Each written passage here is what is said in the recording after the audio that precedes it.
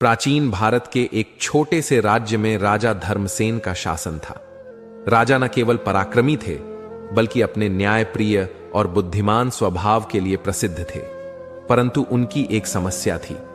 उनके दरबार में ऐसा कोई मंत्री नहीं था जो मुश्किल समय में सही मार्गदर्शन कर सके।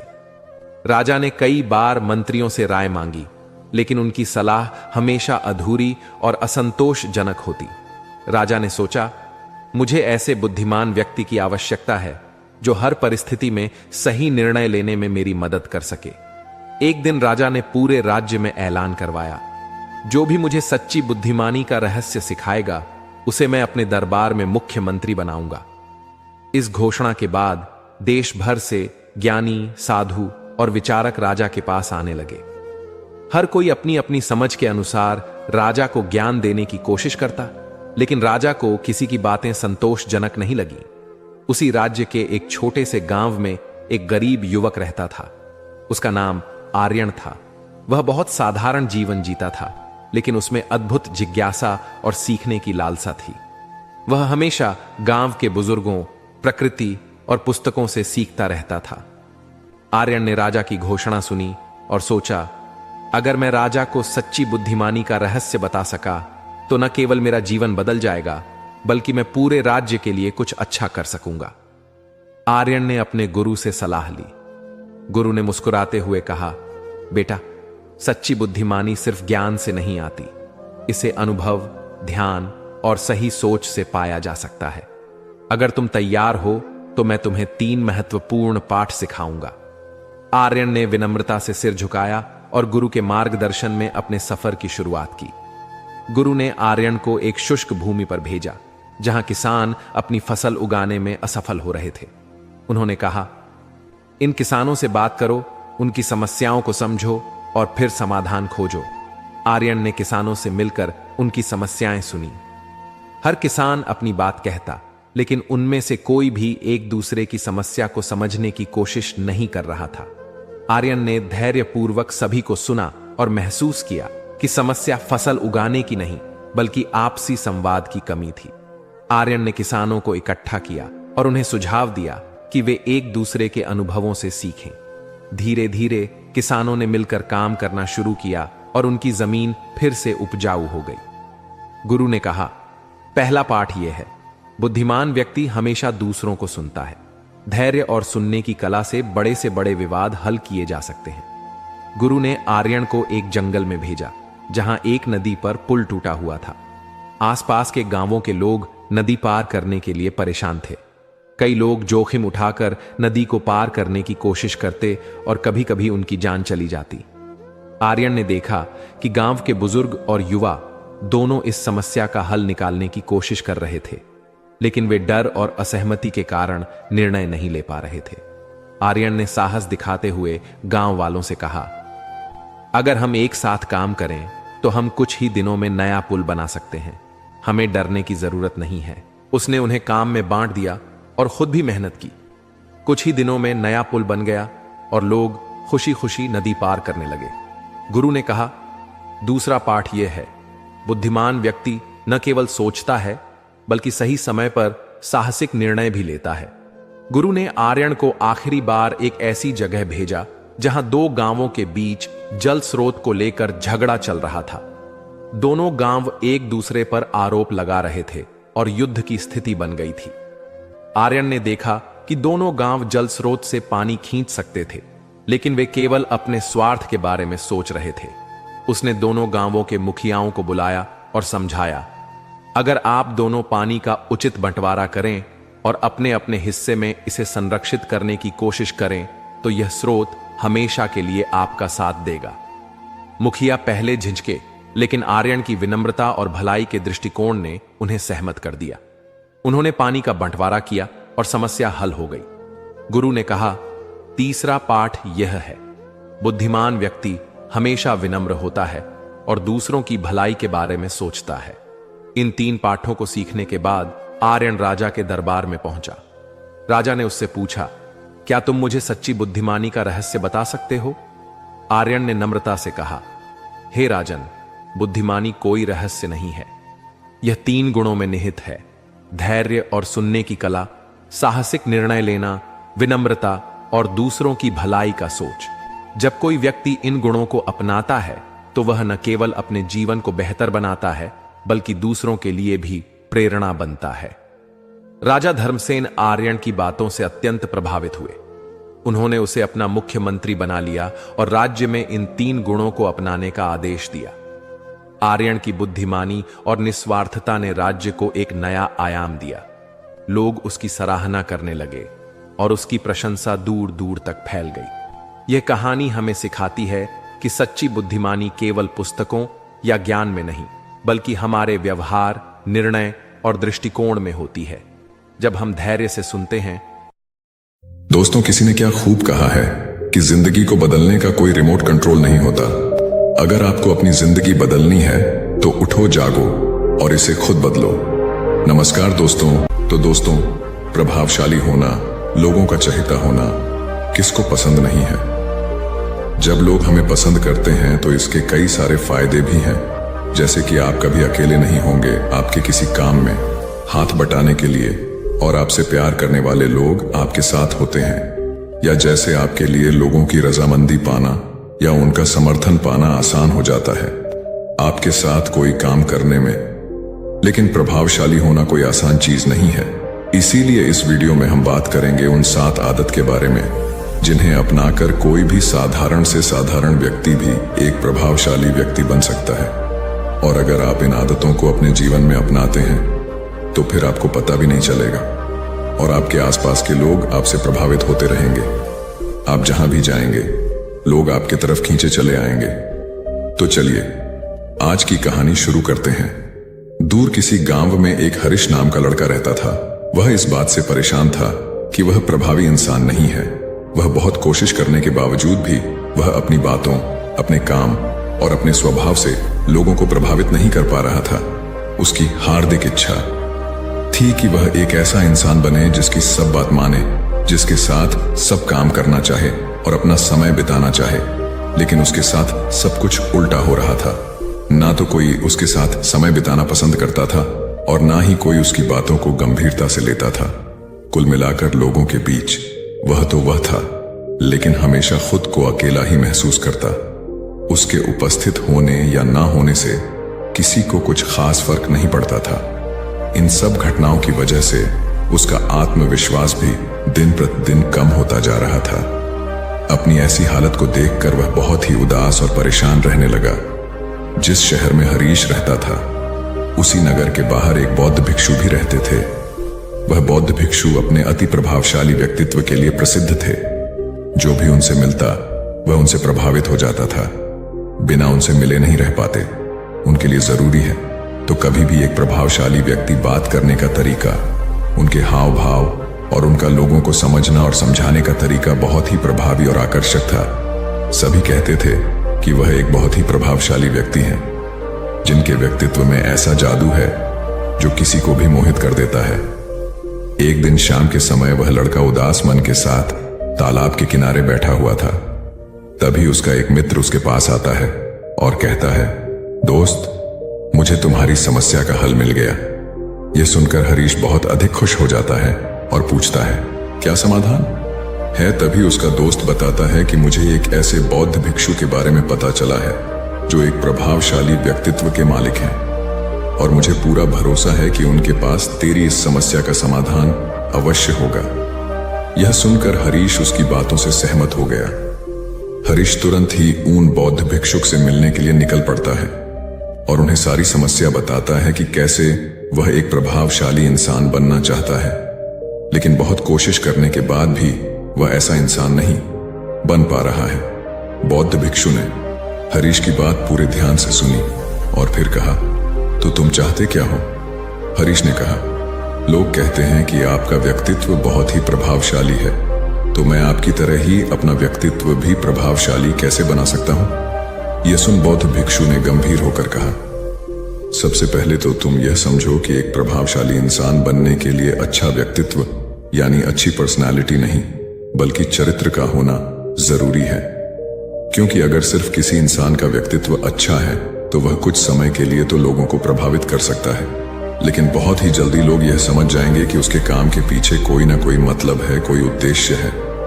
लेकिन अगर तुम्हारा चरित्र अच्छा है तो सभी लोग तुम्हारे साथ रहना पसंद करेंगे और तुम अपने आसपास के लोगों को प्रभावित करते रहोगे और तुम्हें इस बात का पता भी नहीं चलता। लेकिन याद रखना, इसके लिए तुम्हें अंदर से बदलना पड़ेगा। तो क्या तुम एक प्रभावशाली इंसान बनने के लिए खुद को अंदर से बदलने के लिए तैयार हो? लड़के ने कहा, जी महाराज जी, मैं पूरी कोशिश करूंगा। बौद्ध भिक्षु ने कहा, एक प्रभावशाली इंसान के अंदर ये 7 आदतें होती हैं जो तुम्हें अपनानी पड़ेगी। बौद्ध भिक्षु ने कहना शुरू किया, पहली आदत, सक्रिय यानी प्रोएक्टिव बनो। हमारे आसपास जो कुछ भी होता है हम इसे बदल नहीं सकते, लेकिन इस पर क्या प्रतिक्रिया देना है यह पूरी तरह से हमारे हाथ में है। एक प्रोएक्टिव व्यक्ति बनने का मतलब है कि हमारे आसपास के लोग चाहे जो कुछ भी कहे, लेकिन हमें उससे विचलित नहीं होना है। जब लोग हमारे बारे में कुछ बुरा बोलते हैं तो कमी हमारे अंदर नहीं बल्कि उनके अंदर होती है। वह जो भी नकारात्मक बातें हमारे बारे में बोल रहे होते हैं उससे हमें उनके नकारात्मक नजरिए का पता चलता है, जिस नजरिए से वह दुनिया को देख रहे होते हैं। प्रोएक्टिव व्यक्ति होने का मतलब यह भी है कि हम किसी बुरी परिस्थिति से प्रभावित ना हो, फिर चाहे मौसम खराब हो या घर में अचानक कहीं कोई मुसीबत आ जाए। एक प्रोएक्टिव व्यक्ति को कोई फर्क नहीं पड़ता उसकी जिंदगी में बुरा वक्त आए या गरीबी, वह हर हाल में खुश रहता है। ऐसा व्यक्ति बुरी से बुरी परिस्थिति में भी बिना कोई शिकायत किए चुपचाप अपना काम करता रहता है और जीवन के सबसे अच्छे दिनों में भी वह बेलगाम नहीं हो जाता, बल्कि तब भी खुद को शांत और स्थिर रखता है। प्रोएक्टिव व्यक्ति का उल्टा होता है प्रतिक्रियाशील व्यक्ति। ऐसा व्यक्ति अपने आसपास के माहौल से बहुत जल्दी प्रभावित हो जाया जाता है। अगर कोई उसकी बुराई करता है तो वह दुखी हो जाता है, अगर कोई उसकी तारीफ करता है तो वह खुश हो जाता है। अगर ऐसे व्यक्ति के साथ कुछ बुरा होता है तो वह खुद भी बुरा बन जाता है। तो अब तुम समझ गए होंगे कि प्रतिक्रियाशील व्यक्ति कभी भी एक प्रभावशाली व्यक्ति नहीं बन सकता, क्योंकि उसका नियंत्रण दूसरे के हाथों में होता है। दूसरा व्यक्ति जब भी चाहे तो उसकी बुराई करके या उसको गुस्सा दिलाकर उसे परेशान कर सकता है, जबकि एक प्रोएक्टिव व्यक्ति का नियंत्रण पूरी तरह से उसके अपने हाथों में होता है। उसे कोई भी दुखी या परेशान नहीं कर सकता जब तक कि वह खुद ना चाहे। उसे कोई फर्क नहीं पड़ता कि सामने वाला उसके बारे में क्या बोलता है या क्या सोचता है। इसलिए प्रोएक्टिव व्यक्ति एक प्रभावशाली व्यक्ति होता है। तो तुम्हें भी एक प्रोएक्टिव व्यक्ति बने रहना है, ना कि प्रतिक्रियाशील व्यक्ति। दूसरी आदत, अंत को ध्यान में रखकर शुरुआत करो। इसका मतलब है कि तुम जब भी कोई बड़ा लक्ष्य बनाओ तो तुम्हें स्पष्ट रूप से पता होना चाहिए कि तुम उस काम को क्यों कर रहे हो और उसे कैसे पूरा करना है। यानी कि हर काम की शुरुआत में ही तुम्हें उसे करने का कारण और काम को पूरा करने की योजना स्पष्ट रूप से पता होनी चाहिए। और एक बार जब तुमने अपने काम का क्यों और कैसे पता कर लिया तो फिर तुम्हारे रोज के छोटे छोटे काम और उसके परिणाम तुम्हारे लक्ष्य की तरफ होनी चाहिए, तुम्हारी योजना से मेल खाने चाहिए। अगर तुम हर रोज वह नहीं कर रहे हो जो तुम्हारे लक्ष्य नहीं बन सकते, जैसे कि अगर तुमने अपना वजन कम करने का लक्ष्य निर्धारित किया है और तुम हर रोज मेहनत नहीं कर रहे हो, पसीना नहीं बहा रहे हो, तो इसका मतलब है कि तुम्हारे रोज के काम तुम्हारे लक्ष्य और उसकी योजना से मेल नहीं खा रहे हैं। तुम्हारी कहनी और करनी में अंतर है और इस तरीके से लोग कभी भी तुमसे प्रभावित नहीं होंगे। इसलिए अगर तुम एक प्रभावशाली व्यक्ति बनना चाहते हो तो तुम्हें तुम्हारे काम का कारण और उसे पूरा करने का तरीका स्पष्ट रूप से पता होना चाहिए और साथ ही तुम्हारे विचार और कर्म भी उसके साथ मेल खाने चाहिए। बौद्ध भिक्षु ने आगे कहा, तीसरी आदत, जरूरी चीजें सबसे पहले करो। एक दिन में हमारे सामने बहुत से काम होते हैं, लेकिन हम हर काम तो नहीं कर सकते। इसलिए हमें अपने सबसे महत्वपूर्ण कामों को सबसे पहले करना चाहिए। लेकिन महत्वपूर्ण काम क्या है? देखो बेटा, महत्वपूर्ण काम वह है जिन्हें हम व्यक्तिगत रूप से सबसे मूल्यवान मानते हैं। सबसे महत्वपूर्ण कामों को सबसे पहले करने का मतलब है कि हम अपना समय और ऊर्जा अपने लक्ष्य और अपने जीवन के लिए सबसे महत्वपूर्ण कामों पर लगा रहे हैं। अब अगर तुम्हारे महत्वपूर्ण काम भी तुमसे पूरे नहीं हो पा रहे हैं तो इसका कारण तुम्हारा अनुशासनहीन होना नहीं, बल्कि यह है कि अब तक तुमने सबसे महत्वपूर्ण कामों को अपने दिल और दिमाग में बिठाया ही नहीं। और कभी यह सोचा ही नहीं कि यह काम तुम्हारे लिए सबसे महत्वपूर्ण क्यों है। असल समस्या काम का ज्यादा होना नहीं, बल्कि फालतू कामों को ना नहीं बोल पाने की है। जैसे कि तुम कोई बहुत जरूरी काम कर रहे थे, लेकिन तभी तुम्हारा एक मित्र आता है और कहता है, चल थोड़ी देर घूम के आते हैं और बातें भी कर लेंगे। लेकिन अगर तुम्हारे दिमाग में तुम्हारा महत्वपूर्ण काम बैठा हुआ है, तो तुम तुरंत ही उसे पूरी विनम्रता के साथ जाने के लिए मना कर दो। और तुम्हें यही करना है। दिन भर के सारे गैर जरूरी कामों को तब तक ना करो जब तक कि तुम्हारे सबसे महत्वपूर्ण काम पूरे ना हो जाए। तो अब तुम समझ गए होगे कि प्रभावशाली लोग सबसे महत्वपूर्ण कामों को सबसे पहले खत्म करते हैं। बौद्ध भिक्षु ने आगे कहा, चौथी आदत, किसी भी काम में खुद के फायदे के साथ साथ दूसरों के फायदे के बारे में भी सोचो। ज्यादातर लोग अपना जीवन दूसरों से तुलना और प्रतिस्पर्धा करते हुए जीते हैं। वे अपनी सफलता दूसरों की असफलता में देखते हैं। यानी अगर मैं जीता तो तुम्हारे और मैं हारा तो तुम जीते। इस तरह से जीवन हार जीत का खेल बनकर रह जाता है। लेकिन जो प्रभावशाली लोग होते हैं, वे प्रतिस्पर्धा में नहीं बल्कि आपसी सहयोग में विश्वास रखते हैं। उनका मानना होता है कि इस दुनिया में सभी के लिए सब कुछ पर्याप्त मात्रा में है और सबको उसका हिस्सा मिलना चाहिए। न केवल चीजों के लिए बल्कि आपसी रिश्तों में भी यह नियम लागू करते हैं।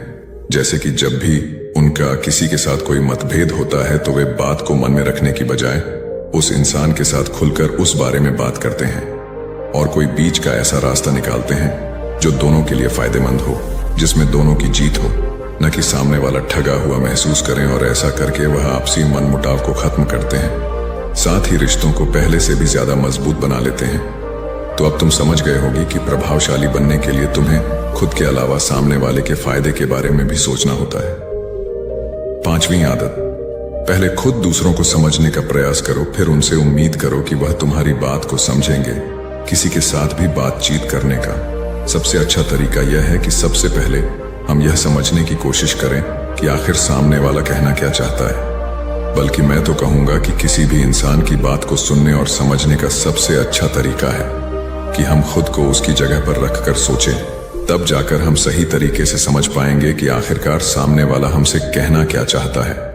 जब हम किसी की बात को ध्यान से सुनते ही नहीं, तब हम उसकी भावनाओं को समझे बिना ही उसे सलाह देने लग जाते हैं। लेकिन जब हम उसे समझने की कोशिश करते हैं, तभी हम जान पाते हैं कि असल में वह इंसान कैसा महसूस कर रहा है।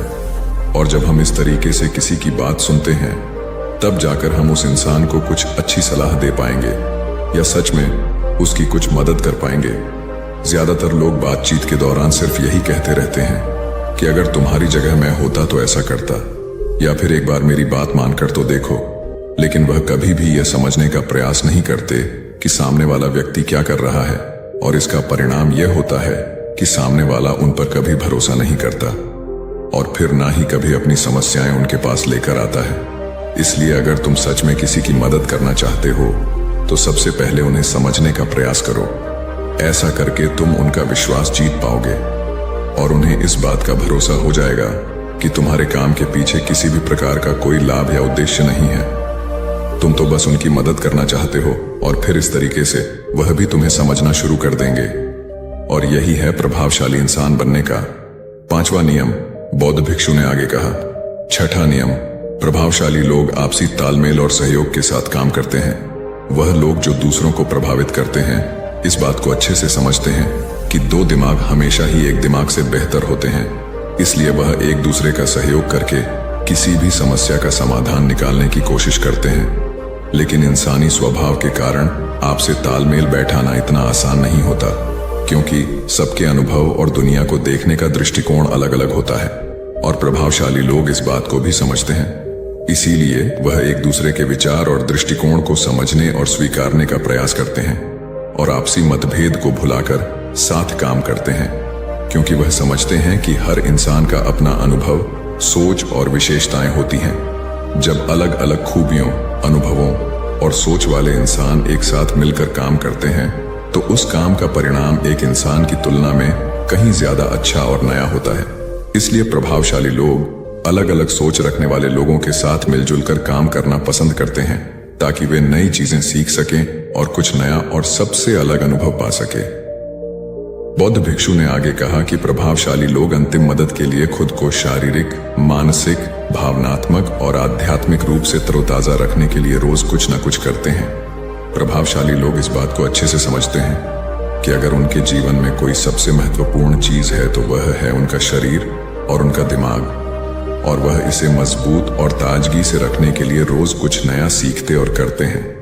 अपने शरीर को मजबूत और स्वस्थ रखने के लिए वे हर रोज कोई ना कोई शारीरिक गतिविधि करते हैं, जैसे कि कसरत या योग अभ्यास करके अपने दिमाग को नई जानकारी से भरने के लिए वे रोज कुछ नया सीखते हैं या पढ़ते रहते हैं। इसके लिए वे किताबें पढ़ते हैं, नए लोगों से बात करते हैं या फिर नई जगहों पर घूमने जाते हैं। बहुत सारे लोग प्रभावशाली इसलिए होते हैं क्योंकि वे जीवन भर कुछ ना कुछ सीखते रहते हैं, खुद को नई जानकारी देते रहते हैं और भावनात्मक रूप से खुद को ताजगी से रखने के लिए ये लोग ध्यान या एकांत का सहारा लेते हैं। कई बार खुद के अंदर नयापन लाने के लिए ये लोग खुद को कुछ दिनों के लिए बाहरी दुनिया से काट लेते हैं। इसके अलावा यह लोग आध्यात्मिक रूप से भी सक्रिय होते हैं। इसके लिए यह लोग जो भगवान में आस्था रखते हैं उनकी पूजा पाठ और आराधना इत्यादि करते हैं। साधारण शब्दों में कहें तो प्रभावशाली लोग लगातार खुद में सुधार लाते रहते हैं और अपने शरीर, मन और आत्मा को तरोताजा रखते हैं। और अगर गौर से देखा जाए तो ये सारी आदतों में से यह 7वीं आदत सबसे ज्यादा जरूरी और प्रभावी है, क्योंकि इसके बिना बाकी की 6 आदतें उतनी प्रभावी नहीं रह जाएंगी जितनी उन्हें होनी चाहिए। और कोई भी इंसान कितना भी प्रभावशाली क्यों ना हो, लेकिन अगर वह खुद को शारीरिक, मानसिक, भावनात्मक और आध्यात्मिक रूप से तरोताजा नहीं रखता तो धीरे धीरे उसका प्रभाव कम होना शुरू हो जाएगा। तो यह थी एक प्रभावशाली इंसान बनने की 7 आदतें जिन्हें अपनाकर कोई भी इंसान प्रभावशाली बन सकता है। बौद्ध भिक्षु की यह सारी बातें सुनने के बाद अब उस लड़के को भी यह भरोसा हो गया था कि इन 7 आदतों को अपनाने के बाद वह भी एक प्रभावशाली इंसान बन सकता है। इसके लिए उसने उन बौद्ध भिक्षु को धन्यवाद किया और खुशी खुशी अपने मित्र के साथ वहां से चला गया। तो दोस्तों, उम्मीद है इस वीडियो से आपको काफी कुछ सीखने को मिला होगा, और अगर कुछ सीखने को मिला हो तो हमारे इस वीडियो को लाइक, शेयर और साथ ही कमेंट में नमो बुद्धाय जरूर लिखिएगा। धन्यवाद। दोस्तों, एक बार एक गुरु और एक शिष्य एक सुनसान जंगल से गुजर रहे थे। तभी शिष्य अपने गुरु से एक सवाल करता है कि गुरुजी, ऐसा क्यों होता है कि कुछ लोगों के पास कुछ भी नहीं होता लेकिन फिर भी वह सुखी रहते हैं और आनंद में रहते हैं, और कुछ लोगों के पास सब कुछ होते हुए भी उदासी उनके चेहरे पर साफ दिखाई देती है। गुरु ने एक मुरझाए हुए फूल की तरफ इशारा करते हुए अपने शिष्य से कहा कि यह सोचने और समझने की बात है। अगर यह फूल ये सोचेगा कि मैं कल मुरझा गया था, या फिर यह सोचेगा कि मैं भविष्य में फिर से मुरझा जाऊंगा, तो यह कभी भी खुलकर पूरी तरीके से खिल नहीं पाएगा। अपने सुंदर स्वरूप में यह कभी भी वापस नहीं आ पाएगा और अपनी खुशबू इस प्रकृति में कभी भी बिखेर नहीं पाएगा। इसी प्रकार इंसान अपने अतीत की यादों में खोया रहता है, या फिर अपने भविष्य की करता रहता है, भविष्य के दुखों के बारे में सोचता रहता है, या भूत में जो उसके साथ बुरी घटनाएं घटित हुई हैं वह उन्हीं के बारे में सोच सोच करके वह अपने भविष्य के लिए चिंतित होता रहता है। तो ऐसा मनुष्य जीवन में कभी भी सुख अनुभव नहीं कर सकता। यह समझने की बात होती है कि जीवन हमेशा वर्तमान में होता है।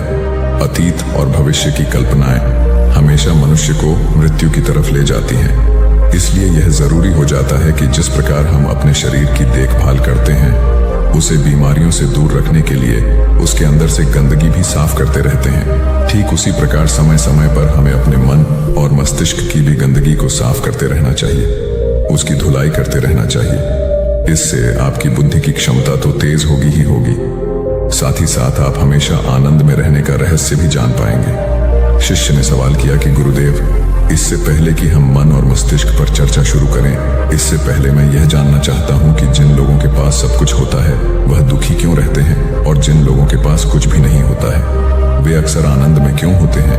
यह रहस्य क्या है? इसके पीछे का कारण क्या हो सकता है?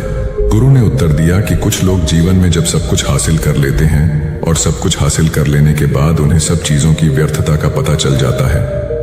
ऐसे लोगों को अक्सर यह एहसास जकड़ लेता है कि मैंने जीवन में कुछ भी पाया, जो कुछ भी किया उससे भले ही मैंने सुख सुविधाएं हासिल कर ली हो, लेकिन मन की शांति अभी भी बहुत दूर है और अधूरी भी है।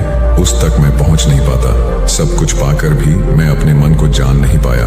और जब इंसान को ऐसा लगता है तो उसे महसूस होता है कि जो कुछ भी उसने कमाया है वह कौड़ियों का भाव था। उसने अपना जीवन बेकार की चीजों में यूं ही व्यर्थ कर दिया। और वहीं पर जिस इंसान के पास जीवन में कुछ भी नहीं होता है, उसके पास एक उम्मीद होती है, सब कुछ पाने की लालसा रखता है, और वही लालसा, वही इच्छा उसको जीवन में खुश रखती है, आगे बढ़ाती है और ऊर्जा से वह हमेशा भरा रहता है। गुरु ने अपने हाथ से एक सूखे पेड़ की तरफ इशारा करते हुए कहा कि शिष्य, कभी तो यह पेड़ भी हरा भरा रहा होगा, फलों से लदा हुआ रहा होगा, अनेक प्रकार के पक्षी और जानवर इस पर आराम करते होंगे, इसके फलों को खाते होंगे। इस समय इस पेड़ को भी यह पता नहीं होगा कि एक दिन यह सूख जाएगा और उसकी हालत इतनी बदतर हो जाएगी कि यह किसी को छांव तक नहीं दे पाए, उसके ऊपर पत्ते तक नहीं रह जाएंगे। उसी प्रकार मनुष्य अपने जीवन की दौड़ में यह भूल जाता है कि जिस दौड़ में वह सबसे आगे निकलने की कोशिश कर रहा है, उसका अंतिम चरण तो मृत्यु ही है। काश वो कभी इस दौड़ से अलग हटकर यह देख पाए कि इसका अंतिम चरण उसे कहां तक पहुंचाएगा। जिस दौड़ को वह सबसे आगे निकलकर जीतने के ख्वाब देख रहा है, उसका वास्तव में अंतिम चरण मृत्यु ही है। काश वह कभी जीवन में भी हो जाता है कि उन घटनाओं को हम किसी भी तरह अपने मन की दौड़ में ठहराकर यह देख पाए कि उसका चरण क्या है और उसका परिणाम क्या होने वाला है। वो तो बहुत कुछ इकट्ठा करने में लगा हुआ है, एक दिन वह सब यहीं का यही रह जाएगा। इकट्ठा करते करते एक दिन उसका शरीर मृत्यु को प्राप्त हो जाएगा और फिर उसका शरीर आग में जलकर राख हो जाएगा, लेकिन उसके द्वारा बनाई हुई चीज सब यहीं की यहीं पड़ी रह जाएगी। लेकिन इंसान चीजों को इकट्ठा करते करते अपनी जिंदगी को जीना भूल जाता है। वह कभी ठीक से खुलकर हंस भी नहीं पाता, बस इकट्ठा करने में लगा रहता है। और इकट्ठा करते करते वह अपने सब सुख, चैन, खुशी सब कुछ खो देता है। ऐसा भी हो सकता है कि वह ऐसे कार्यों की तरफ आगे बढ़ सकता है जो उसके जीवन में आनंद पैदा करता हो, जो उसके जीवन को एक नई दिशा दे। गुरु ने कहा कि एक योगी ही होता है जो जीवन की दौड़ में ठहर जाता है, जो यह समझ लेता है कि जीवन का अंतिम चरण तो मृत्यु ही है। इसीलिए वह जीवन में सुख सुविधाएं हासिल करने की बजाय खुद के मन और मस्तिष्क को एक नए आनंद की तरफ ले जाने का प्रयास शुरू कर देता है। शिष्य ने सवाल किया कि गुरुदेव, क्या एक गृहस्थ जीवन में जीने वाला मनुष्य उस आनंद की प्राप्ति नहीं कर सकता? और अगर कर सकता है तो किस प्रकार शुरुआत उसे करनी चाहिए? गुरु ने कहा कि बिल्कुल कर सकता है। गुरु ने उत्तेजित होकर उत्तर दिया कि अगर सभी मनुष्य उस आनंद की प्राप्ति के लिए योगी बनने का निश्चय कर लें तो इससे तो प्रकृति का चलन ही रुक जाएगा, उसकी जो व्यवस्था है वह बिगड़ने लगेगी। एक सच्चा योगी अपने जीवन में खोज करता है और खोज करने के बाद वह गृहस्थ जीवन में किस प्रकार आनंद को प्राप्त किया जा सकता है वह तरीके सभी को बताता है, ताकि मनुष्य अपने गृहस्थ जीवन का पालन करते हुए उस आनंद की प्राप्ति भी कर सके। गुरु ने उस युवक को संबोधित करते हुए उत्तर दिया कि मैंने अपने जीवन में जो खोज की है उसके अनुसार मनुष्य को समय समय पर अपने मन और मस्तिष्क की सफाई करते रहना चाहिए। मनुष्य अपने शरीर पर तो ध्यान दे देता है, लेकिन अपने मन और मस्तिष्क को वह भूल जाता है, उस पर कभी वह ध्यान ही नहीं देता, और उसी वजह से मन और मस्तिष्क उसके बूढ़े होते चले जाते हैं, उसमें जवानी रह ही नहीं जाती। और जब उनमें जवानी नहीं रह जाती तो वे नयापन और ताजगी नहीं रह जाती, जिसकी वजह से एक इंसान उदासी से भर जाता है। मन और मस्तिष्क की गंदगी क्या होती है? पहले मैं तुम्हें यह बताता हूं। हर मनुष्य के जीवन में कुछ ऐसी घटनाएं घटती हैं जिनका उसके मन और मस्तिष्क पर बहुत ही गहरा असर डालती है। वह जीवन पर्यंत उन घटनाओं को भुला भी नहीं पाता, और वही घटनाएं उसके मन में पूरी तरह से पक्की बैठ जाती हैं, जो उसके मन में गांठ बना लेती हैं। और भविष्य में जब भी वह कोई काम करता है तो यह घटनाएं उसको प्रभावित करती हैं। उसके विचारों को, उसके निर्णय को पूरी तरह से यह घटनाएं बदल कर रख देती हैं। ऐसे मनुष्य की दृष्टि भी भ्रमित हो जाती है, वह सत्य स्वरूप को देख ही नहीं पाता। वह उन चीजों को उन घटनाओं से जोड़कर भ्रमित तरीके से देखता रहता है। उदाहरण के लिए, अगर किसी बुरी आंखें वाले आदमी ने आपको धोखा दे दिया है तो आप जीवन पर्यंत बुरी आंखें वाले आदमी को हमेशा धोखेबाज ही समझते रहेंगे। उस पर कभी पूर्ण रूप से आप विश्वास ही नहीं कर पाएंगे। लेकिन समझने की बात यह होती है कि जिस इंसान ने आपको धोखा दिया है, वह धोखा आपको बुरी आंखों से नहीं मिला, वह इंसान के स्वभाव से मिला है। लेकिन उस इंसान के स्वभाव से हमारे दिमाग में उसका एक चित्र छप गया, उसकी एक छवि बन गई, और वह छवि दूसरे आदमी से जब हम संपर्क करते हैं तो बीच में एक दीवार की तरह खड़ी हो जाती है। और इसी वजह से दो लोगों के बीच गहरे संबंध स्थापित नहीं हो पाते। तो मनुष्य के लिए सबसे जरूरी यही होता है कि वह अपने आप को अतीत की घटनाओं से मुक्त रखे। उन घटनाओं से प्रभावित होकर वह दिमाग में किसी तरह की छवि न बनाए। कुछ लोग इस बात पर यह सवाल खड़ा कर सकते हैं कि फिर जीवन के अनुभव किस काम में आएंगे। लेकिन समझने की बात तो यह होती है कि हम जीवन के अनुभवों को भी भ्रमित तरीके से जान लेते हैं, सही तरीके से उनसे सीख ही नहीं पाते। शिष्य अपने गुरु की बातों में इतना खो गया कि उसे चलते चलते जंगल के रास्ते में पड़े हुए कांटे दिखाई नहीं दिए, और अचानक उसके पैर में कांटा चुभ गया। गुरु ने उसका कांटा बाहर निकालते हुए उससे पूछा, यह कांटा तुम्हारे पैर में क्यों लगा? इसके पीछे तुम किसे जिम्मेवार मानते हो? गुरु ने कहा कि तुम मुझे भी जिम्मेवार मान सकते हो, क्योंकि मैं तुम्हें ये बातें सुना रहा था। या तुम खुद को भी जिम्मेदार मान सकते हो कि तुम मेरी बातों में इतना खो गए कि तुम्हारा रास्ते पर से ध्यान ही नहीं रहा। या तुम इन पेड़ों को भी जिम्मेवार मान सकते हो जिन्होंने यह कांटे इस रास्ते पर बिछा दिए। तभी शिष्य ने उत्तर दिया कि गुरुदेव, इसमें मैं खुद को ही जिम्मेदार मानता हूं, क्योंकि आप तो अपना काम कर रहे थे और इस पेड़ ने भी अपना काम किया, पर मैं अपना काम होशपूर्वक नहीं कर पाया। अगर मैं चलते समय ध्यान लगाए रहता, अगर मैं आपकी बातों में पूरी तरह से नहीं खो जाता, तो मुझे ये कांटा कभी नहीं लगता। इसमें पूरी तरह से ही मेरी गलती है। गुरु ने शाबाशी से अपने शिष्य की पीठ को थपथपाया और आगे कहा कि जो घटनाएं हमारे मन को प्रभावित करती हैं, जरूर उसे बाहर निकाल दें। और उसके लिए सबसे सरल तरीका है कि अपनी भावनाओं को व्यक्त करना सीखो। उसे अपने दिल में, अपने मस्तिष्क में बैठाकर मत रखो। जब तुम किसी दूसरे मनुष्य के सामने अपनी भावनाओं को व्यक्त कर देते हो, तो तुम्हारे मन का बोझ हल्का हो जाता है। कुछ लोगों का स्वभाव ऐसा होता है कि वह अपने मन की बात किसी को नहीं बताते। ऐसे लोग अक्सर अंदर ही अंदर दुखी होते रहते हैं, लेकिन वह अपने मन की बात किसी दूसरे आदमी को कभी नहीं बताते। उसके कुछ उल्टे ऐसे लोग भी होते हैं जो अपने मन में किसी भी बात को रख नहीं पाते। उनके साथ कुछ भी अच्छा या बुरा होता है, वह अपने मन की बात, अपने भावनाओं की बात दूसरों के सामने व्यक्त कर देते हैं। और तुमने खुद महसूस किया होगा कि जो लोग अपने मन की भावनाओं को व्यक्त कर देते हैं, वह जीवन में ज्यादा आनंदित रहते हैं। कभी भी प्राकृतिक रूप से आए हुए भावनाओं को नहीं रोकना चाहिए। यह हमें किसी भी भावना को दबाना नहीं चाहिए। अगर हम किसी भी भावना को रोकने की कोशिश करते हैं, तो वे हमें अंदर ही अंदर खाने लग जाती हैं। गुरु ने आगे कहा कि शिष्य, अगर तुम्हारा मन किसी बुरी घटना पर रोने को हो रहा है, तो चीख चीख कर रो लो, अपने आप को रोको मत। उस भावना को पूरी तरह से बाहर आने दो। अगर किसी दूसरी घटना पर तुम्हारा मन खुश होने का, आनंदित होने का हो रहा है, तो पूरी तरह से नाचो, गाओ, जिससे कि तुम उस भावना को बाहर निकाल सको। और जब वे भावनाएं अपनी पूरी गति के साथ बाहर आ जाती हैं, तो तुम्हारा मन उन घटनाओं को पीछे छोड़ देता है, अर्थात तुम्हारा मन धीरे धीरे हल्का होने लगता है। गुरु ने शिष्य को समझाते हुए बताया कि जिस प्रकार तेज रफ्तार से चलता हुआ पानी अपने वेग से आने वाली सभी बाधाओं को तोड़ देता है, और अगर हम अपनी भावनाओं को बहने दिए, तो वह उन सभी बाधाओं को तोड़ देगा, और उस बात को तोड़ने के बाद उसका कचरा उसके मन से निकल जाएगा, और उसका दूषित मन भी साफ हो जाएगा। उसके अंदर की गंदगी भी दूर हो जाएगी। अक्सर मनुष्य अपने मन में किसी घटना को दबाकर इसलिए रखता है कि वह सोचता है कि अगर सामने वाले को इस घटना के बारे में पता चल जाएगा, तो वह क्या सोचेगा। इसी विचार से वह अंदर ही अंदर खुद दुखी होता रहता है और अपनी भावनाओं को दबाता रहता है, लेकिन सामने वाले को वह कुछ भी नहीं बताता। लेकिन अगर वह हिम्मत करके शुरुआत कर सकता है, अपने अंदर की बात अपने किसी करीबी मित्र को बता दे, तो उसका पूरा जीवन परिवर्तित हो सकता है। उसका जीवन सुखमय बन सकता है। एक बार अगर उसके दिमाग में यह आदत बन गई, तो जीवन भर अपनी भावनाओं को दूसरों के सामने व्यक्त करने से कभी नहीं हिचकिचाएगा। हम अपने जीवन में इस आदत को 21 दिनों में पैदा कर सकते हैं।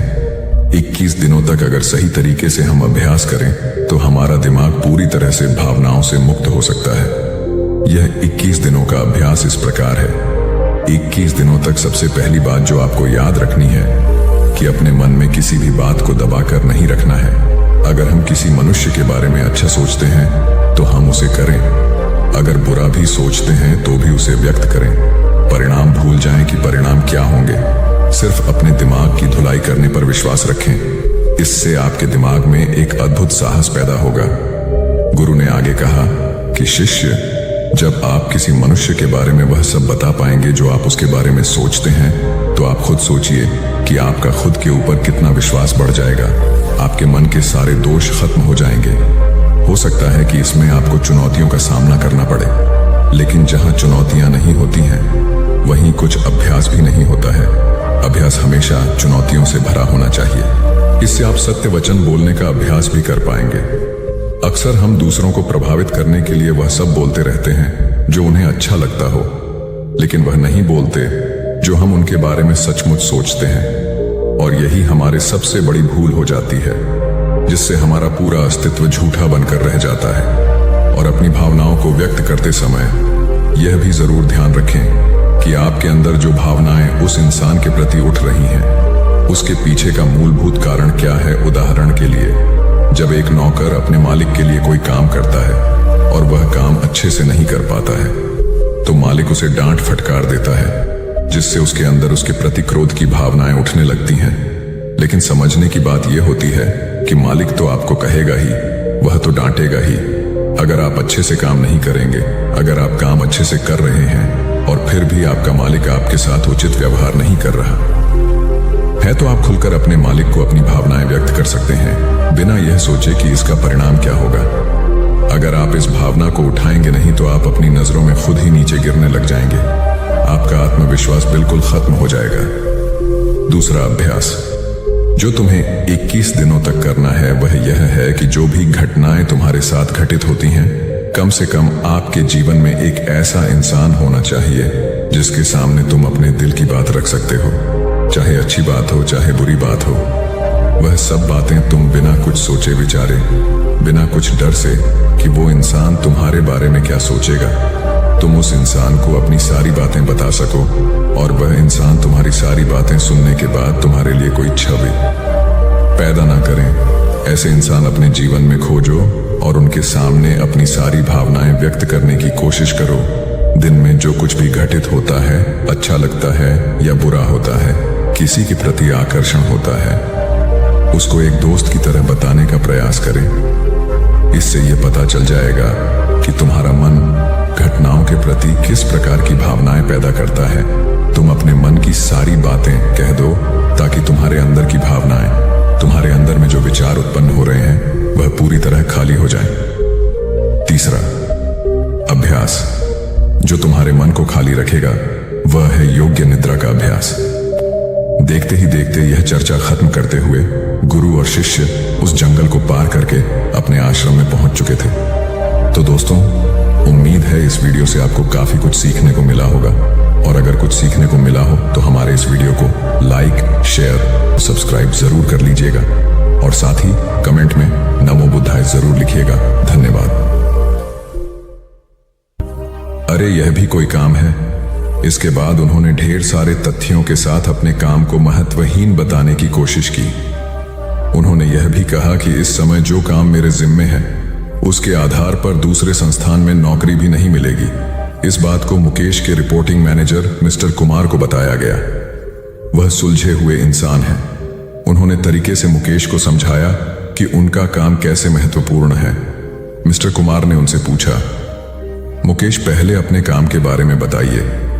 मुकेश ने कहा, मेरा काम यह देखना है कि हमारी कंपनी के प्रोडक्ट में कहां कहां गड़बड़ी है, उसे कैसे दूर किया जा सकता था, आगे ऐसा क्या किया जाए जिससे पुरानी खामियां फिर से सामने नहीं आए। मुकेश की बात खत्म होते ही मिस्टर कुमार ने कहा, यह जानकर अच्छा लगा कि आपको अपने काम की अच्छी समझ है। जैसा आपने कहा है उसके अनुसार आपका काम प्रोडक्ट को कैसे बेहतर बनाया जाए और उसके निर्माण के दौरान की खामियों को दूर करने से जुड़ा है। मुकेश ने हाँ में सर हिलाया। इसके बाद मिस्टर कुमार ने पूछा, जब प्रोडक्ट को लेकर इतनी बड़ी ही जिम्मेदारी कंपनी ने आपको दी है, तब आप अपने काम को महत्वहीन क्यों समझते हैं? एक आम धारणा है कि जो लोग प्रोडक्ट के निर्माण से सीधे जुड़े हैं वही मेनस्ट्रीम में काम करते हैं, लेकिन हर काम मेनस्ट्रीम का होता है।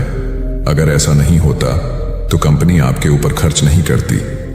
कंपनी को पता है कि आपके काम का परिणाम प्रोडक्ट पर दिखेगा, इसलिए इस बात को मन से निकालिए कि आप जो काम कर रहे हैं उसकी पूछ नहीं है। ध्यान से देखेंगे तो लगेगा कि आपका काम ही सबसे महत्वपूर्ण है, एकता और समझदारी। ऊंचे आकाश में सफेद कबूतरों की एक टोली उड़कर जा रही थी। बहुत दूर जाना था उन्हें, लंबा रास्ता था। सुबह से उड़ते उड़ते थकान होने लगी थी। सूरज तेजी से चमक रहा था। कबूतरों को भूख लगने लगी थी। तभी उन्होंने देखा कि नीचे जमीन पर चावल के बहुत से दाने पड़े थे। कबूतरों ने एक दूसरे से कहा, चलो भाई, थोड़ी देर रुककर कुछ खा लिया जाए, फिर आगे जाएंगे। एक बुजुर्ग कबूतर ने चारों ओर देखा। वहां दूर दूर तक कोई घर या मनुष्य दिखाई नहीं दे रहा था। फिर चावल के ये दाने यहां कहां से आए? बुजुर्ग कबूतर ने बाकी कबूतरों को समझाया, मुझे लगता है कि यहां कुछ गड़बड़ है, तुम लोग नीचे मत उतरो। लेकिन किसी ने भी उसकी बात नहीं सुनी। सभी कबूतर तेजी से उतरे, दाना चुगने लगे। इतने बढ़िया दाने बहुत दिनों के बाद खाने को मिले थे। वे बहुत खुश थे। जब सभी ने भरपेट खा लिया तो बोले, चलो भाई, अब आगे चला जाए। लेकिन यह क्या? जब उन्होंने उड़ने की कोशिश की तो उड़ ही नहीं पाए। दोनों के साथ साथ वहां एक चिड़ीमार का जाल भी था जिसमें उनके पांव फंस गए थे। उन्हें अपनी गलती पर पछतावा हुआ।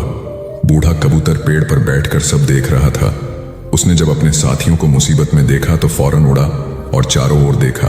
दूर उसे चिड़ीमार आता दिखाई दिया। वह फौरन लौटा और अपने साथियों को बताया। सब वहां से निकलने का उपाय सोचने लगे।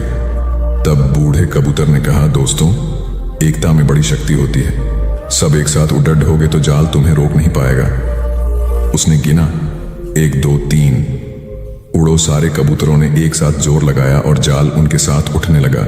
जब तक चिड़ीमार वहां पहुंचा तब तक जाल काफी ऊपर उठ चुका था। वह देखता ही रह गया और कबूतर जाल लेकर उड़ गए। बूढ़ा कबूतर सबसे आगे उड़ रहा था। काफी देर उड़ने के बाद वे नीचे उतरे।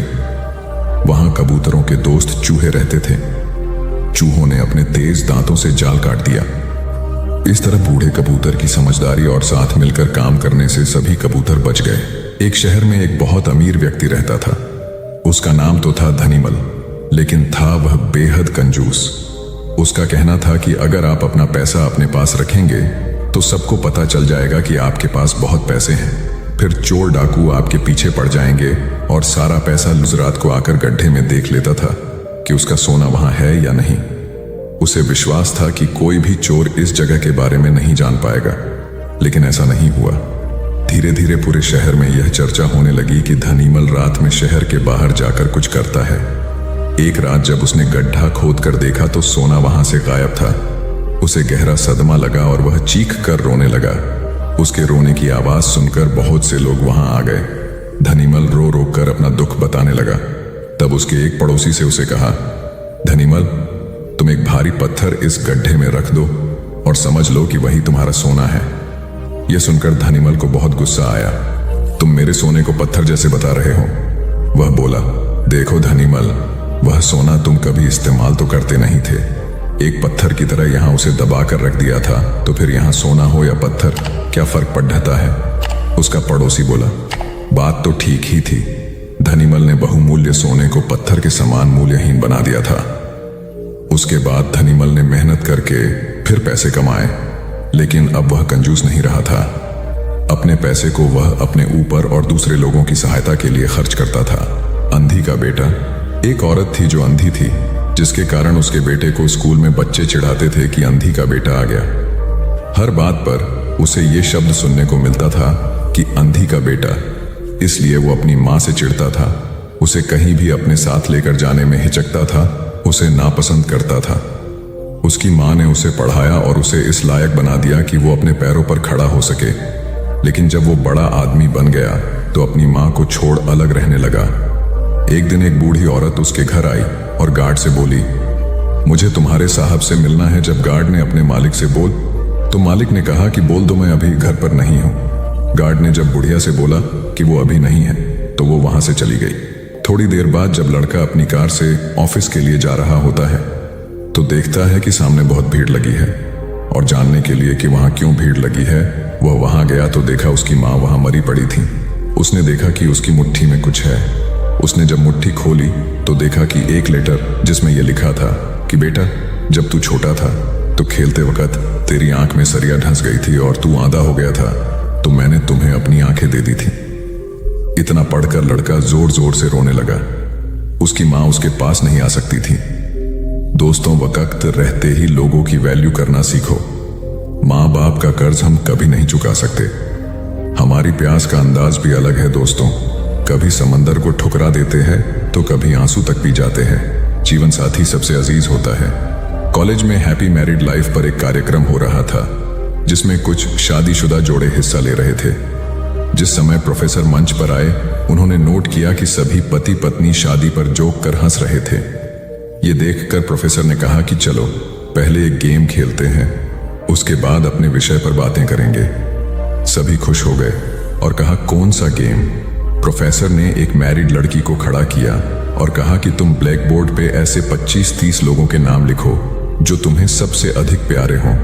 लड़की ने पहले तो अपने परिवार के लोगों के नाम लिखे, फिर अपने सगे संबंधी, दोस्तों, पड़ोसी और सहकर्मियों के नाम लिख दिए। अब प्रोफेसर ने उसमें से कोई भी कम पसंद वाले 5 नाम मिटाने को कहा। लड़की ने अपने सहकर्मियों के नाम मिटा दिए। प्रोफेसर ने और 5 नाम मिटाने को कहा। लड़की ने थोड़ा सोचकर अपने पड़ोसियों के नाम मिटा दिए। अब प्रोफेसर ने और 10 नाम मिटा दिया। प्रोफेसर ने उस लड़की से कहा, तुम अपनी जगह पर जाकर बैठ जाओ, और सभी की तरफ गौर से देखा और पूछा, क्या कोई बता सकता है कि ऐसा क्यों हुआ कि सिर्फ पति का ही नाम बोर्ड पर रह गया? कोई जवाब नहीं दे पाया। सभी मुंह लटका कर बैठे थे। प्रोफेसर ने फिर उस लड़की को खड़ा किया और कहा, ऐसा क्यों? जिसने तुम्हें जन्म दिया और पाल पोस कर इतना बड़ा किया, उनका नाम तुमने मिटा दिया।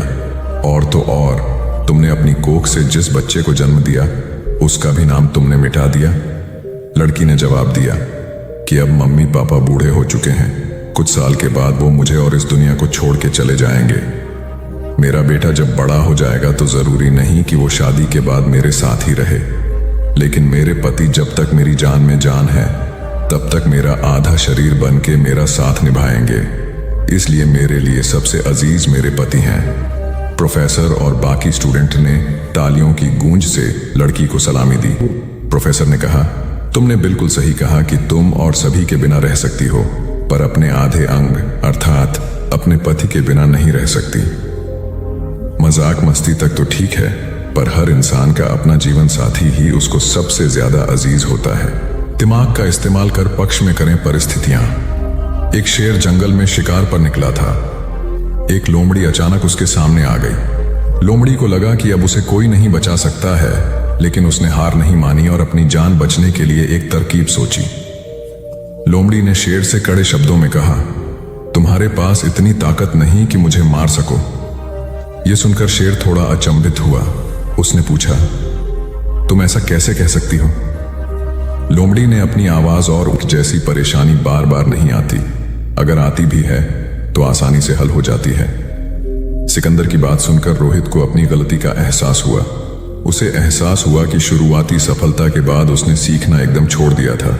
यही वजह है कि अपने व्यापार में होने वाले नुकसान का आकलन वह नहीं कर पाया। जीवन में सफल होने के लिए सीखते रहना जरूरी है। इंसान को हमेशा सीखते रहना चाहिए। इससे उसके भीतर नकारात्मक विचार नहीं आते हैं, बल्कि उसमें सकारात्मक बदलाव आता रहता है और सफलता की सीढ़ियां चढ़ता रहता है। सीखते रहने वाले व्यक्ति को सफलता के अवसर भी ज्यादा मिलते हैं। सबसे बड़ी बात यह है कि इस तरह के व्यक्ति में अहंकार नहीं होता। जिसके मन में अहंकार होगा वह कभी सीखने का प्रयास नहीं करेगा।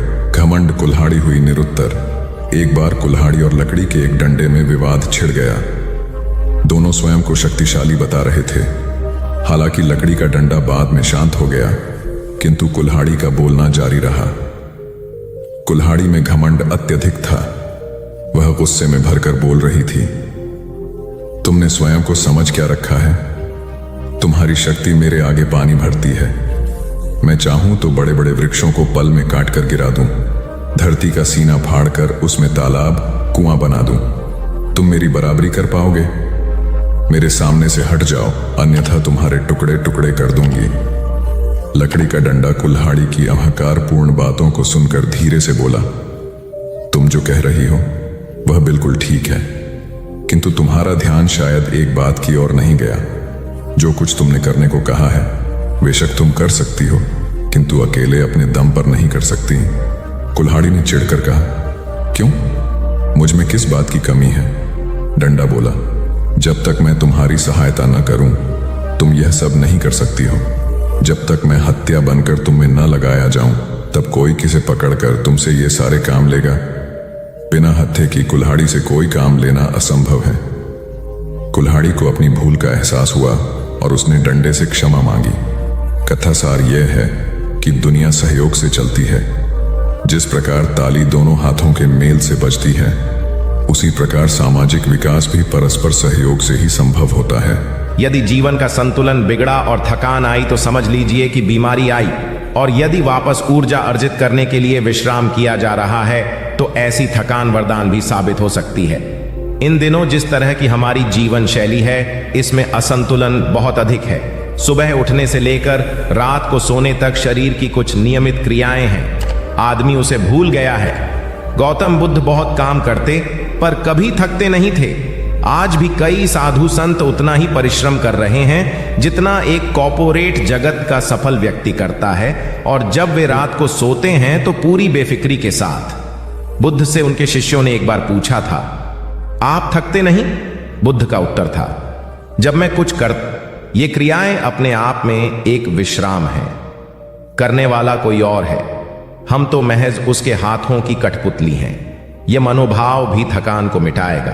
क्या दिक्कत है ऐसा सोच लेने में? महात्मा बुद्ध ज्ञान प्राप्ति के लिए घोर तप में लगे थे। उन्होंने शरीर को काफी कष्ट दिया, यात्राएं की, घने जंगलों में कठिन साधना की, पर आत्मज्ञान की प्राप्ति नहीं हुई।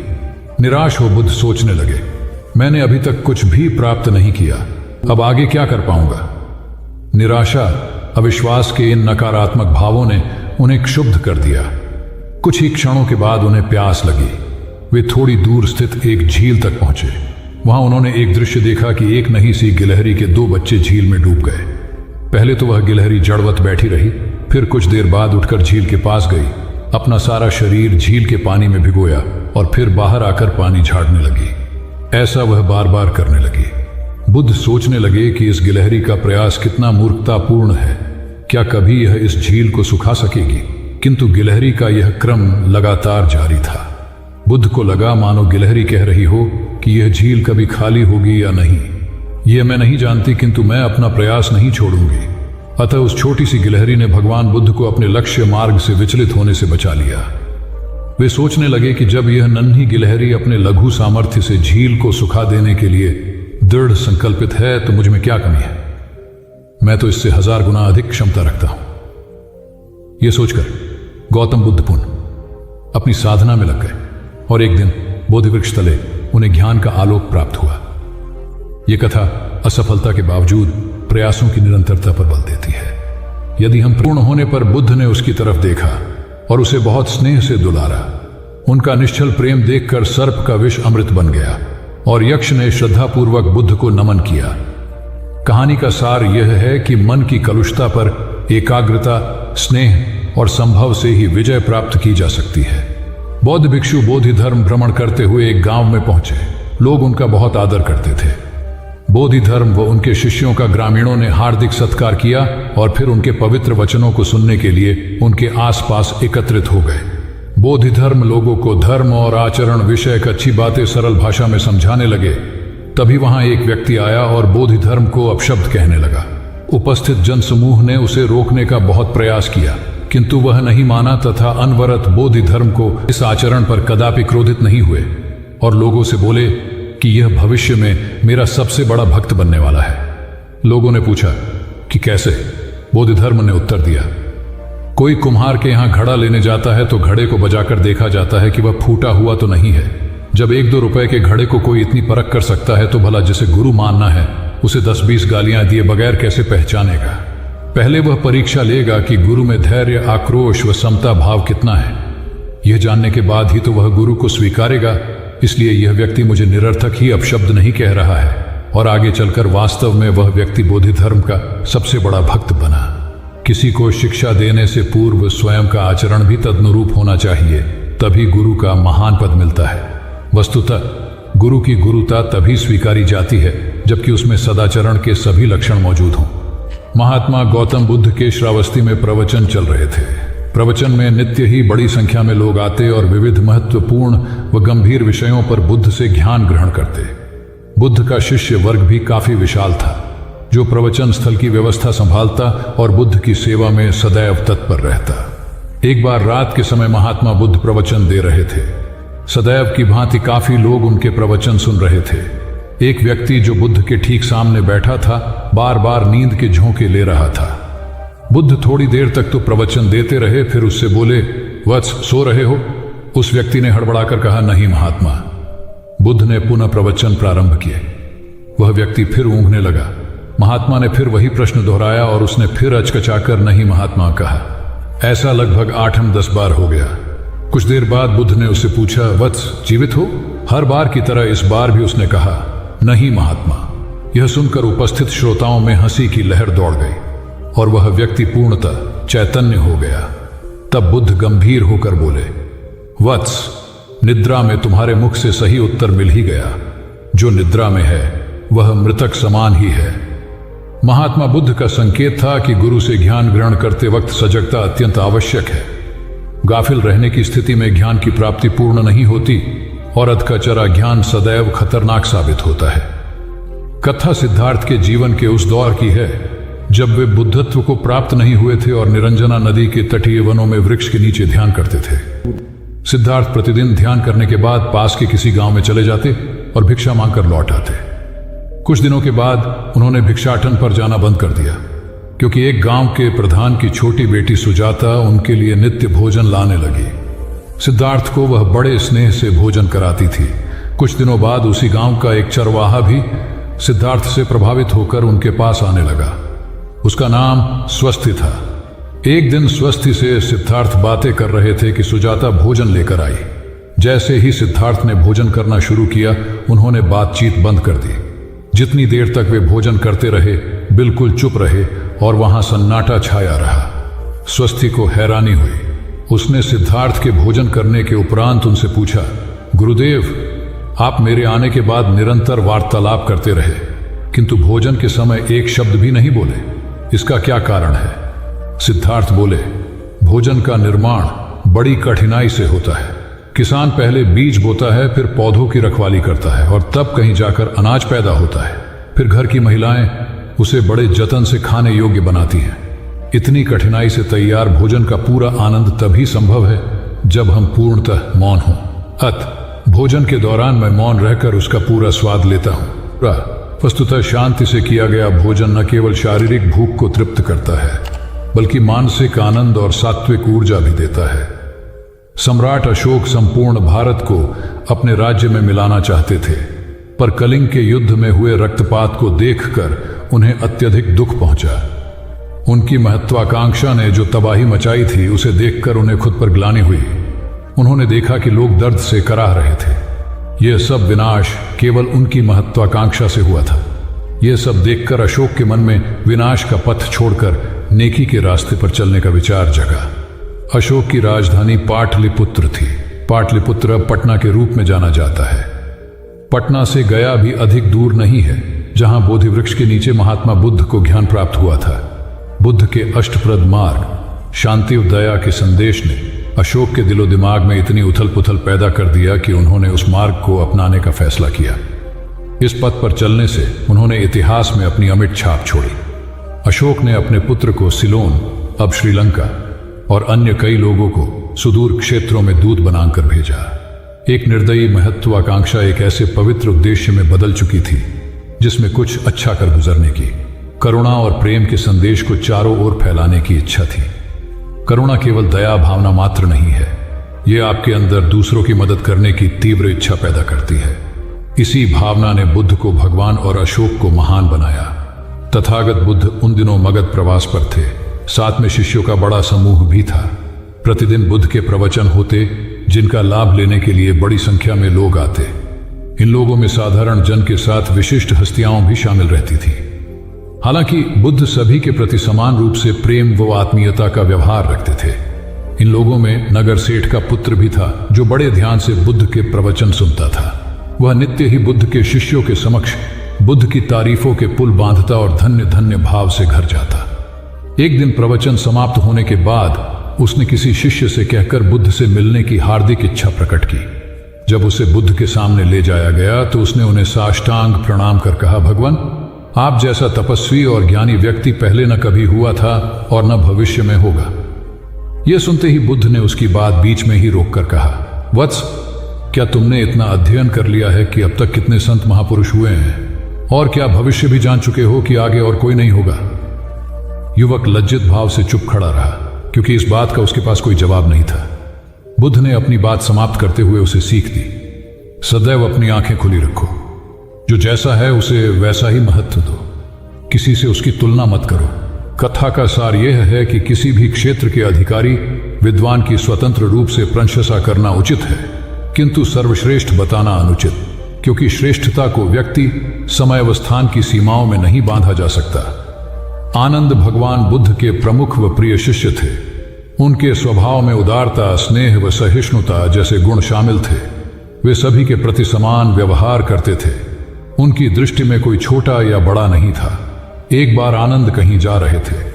रास्ते में उन्हें बड़े जोर की प्यास लगी। आसपास देखा तो निकट ही कुआं दिखाई दिया। वे वहां पहुंचे। कुएं से एक लड़की पानी भर रही थी। आनंद ने उसके पास जाकर कहा, बहन, मैं बड़ी दूर से आ रहा हूं, मुझे बहुत जोर से प्यास लगी है, कृपा कर पानी पिला दो। उनकी बात सुनते ही लड़की कांप उठी, क्योंकि वह अछूत जाति की थी। वह जानती थी कि किसी ऊंची जाति के व्यक्ति को पानी पिलाना उसके अधिकार क्षेत्र से बाहर है। वह निगाह नीची कर चुपचाप खड़ी रही। आनंद ने प्यास से व्याकुल होकर फिर कहा, बहन, तुमने सुना नहीं, प्यास के मारे मेरे प्राण निकले जा रहे हैं, मुझे पानी पिला दो। लड़की भयवश कुछ नहीं बोल पाई। जब आनंद ने बड़े स्नेह से उससे पानी न पिलाने का कारण पूछा तो वह बोली, मैं निम्न जाति की कन्या हूं, आपको पानी कैसे पिला सकती हूं? उसकी बात सुनकर आनंद ने कहा, बहन, मैंने तुमसे पानी मांगा है, जाति तो नहीं पूछी। आनंद की उदारता ने उस कन्या का भय दूर कर दिया और उन्हें पानी पिलाकर वह धन्य हो गई। कथा का सार यह है कि ईश्वर की दृष्टि सम होने के कारण उसने सभी मनुष्यों को समान शरीर, बुद्धि और भावना से नवाजा है। अपने सृष्टिकर्ता के विरुद्ध जाकर मानव मानव में भेद करना सर्वथा अनुचित है। एक बार भगवान बुद्ध अपने शिष्यों के साथ पाटलिपुत्र पहुंचे। सभी लोग एक विहार में रुके। भोजन के बाद बुद्ध ने आनंद से अगले दिन से प्रवचन आरंभ करने को कहा। अगले दिन बुद्ध का प्रवचन सुनने बड़ी संख्या में लोग उपस्थित थे। बुद्ध प्रवचन देने के बाद लोगों से मिलते, उनकी समस्याएं सुनते और नेक सलाह देते। एक दिन प्रवचन के समय बुद्ध के शिष्य आनंद ने उनसे पूछा, भंते, आपके सामने हजारों लोग बैठे हैं, बताइए कि इनमें सबसे सुखी कौन है? बुद्ध ने एक विहंगम दृष्टि भीड़ पर डालते हुए कहा, वह देखो, सबसे पीछे एक दुबला पतला फटे वस्त्र पहने जो आदमी बैठा है, वह सर्वाधिक सुखी है। आनंद सहमत नहीं हुआ। वह बोला, यह कैसे संभव है? वह तो बहुत दयनीय जान पड़ता है। बुद्ध ने अपनी बात सिद्ध करने के लिए बारी बारी से सामने बैठे लोगों से पूछा, तुम्हें क्या चाहिए? किसी ने संतान मांगी तो किसी ने मकान, कोई रोग मुक्ति चाहता था तो कोई अपने शत्रु पर विजय। ऐसा एक भी व्यक्ति नहीं था जिसे कोई इच्छा ना हो। अंत में बुद्ध ने उस फटेहाल आदमी को बुलाकर पूछा, तुम्हें क्या चाहिए? उसने हाथ जोड़कर जवाब दिया, कुछ नहीं, यदि ईश्वर को मुझे कुछ देना ही है तो बस इतना कर दें कि मेरे अंदर कभी कोई चाह पैदा ना हो। मैं ऐसे ही स्वयं को सबसे बड़ा सुखी मानता हूं। उसकी बात सुनकर आनंद से बुद्ध ने कहा, आनंद, जहां चाह है वहां सुख नहीं हो सकता। आनंद ने बुद्ध की इस शिक्षा को सदा के लिए गांठ बांध लिया। सार यह है कि लालसा से लोभ बढ़ता है, जो असंतोष का जनक होता है। यदि सही अर्थों में सुख पाना है तो किसी लालसा की बजाय उपलब्ध स्थितियों में संतुष्ट रहना चाहिए। गौतम बुद्ध ने बहुत से अज्ञानी लोगों को सम्यक दृष्टि प्रदान की थी। तब को बात है, कौसाम्बी में एक ब्रह्मचारी रहता था। उसे अभिमान था कि उस जैसा कोई विद्वान नहीं है, इसलिए अपने साथ सदैव जलती मशाल रखता था। गौतम बुद्ध ने देखा तो उससे पूछा, अरे ये मशाल लिए क्यों घूमते हो? ब्रह्मचारी ने उत्तर दिया, सभी प्राणी अंधकार और अज्ञान में पथभ्रष्ट हैं, उन्हें रास्ता दिखाने के लिए मशाल लिए घूमता हूं। तथागत ने पूछा, क्या तुम्हें 4 प्रकार की विद्याओं, शब्द विद्या, नक्षत्र विद्या, राज विद्या व युद्ध विद्या का पूर्ण ज्ञान है? ब्रह्मचारी ने अपनी अनभिज्ञता प्रकट करते हुए मशाल फेंक कर तथागत के चरणों में मस्तक झुका दिया। उसका ज्ञान गर्व चूर हो गया। जो दूसरों को मूर्ख समझकर उनसे घृणा करता है, वो उस व्यक्ति की तरह है जो स्वयं अंधा होकर दूसरों को मशाल दिखाता घूमता है। अहंकारी कभी विवेकवान नहीं हो सकता और बिना विवेक के सत असत का ज्ञान नहीं हो सकता। अंततः ऐसे विवेकांत व्यक्ति को जीवन में कोई उपलब्धि प्राप्त नहीं होती, हताशा ही हाथ लगती है। काशाय वस्त्र पहन लिए। उसने सुना, आप एकाहारी हो गए हैं, वह भी एकाहारी हो गई। आपने उत्तम पलंग पर सोना त्याग दिया है तो इसने भी त्याग दिया। आपने माला का त्याग किया, गंध का त्याग किया तो इसने भी वह सब त्याग दिया। मायके वाले इसे संदेश भेजते हैं, वे इसे ले जाना चाहते हैं, लेकिन यह यहीं रहती है, इसी कक्ष में। यह गुण की मूर्ति है। राजा स्नेह से अपनी बहू को देखते रहे। अचानक तथागत उठे, उस कक्ष से बाहर चले गए। शाक्य मुनि ने शिष्यों को शांत रहने को कहा था, लेकिन वे स्वयं उस कक्ष से बाहर चले गए। मैं हमेशा सोचता हूं उस पल क्या हुआ होगा, उनके मन के भीतर कैसे कैसे विचार उठते होंगे। क्या संबोधि एक लघु क्षण होता है या दीर्घ क्षण? क्या संबोधि एक अनंत अभ्यास है? क्या संयम उसका गरुड़यान है? धम्मपद का 13वां श्लोक बार बार याद आता है।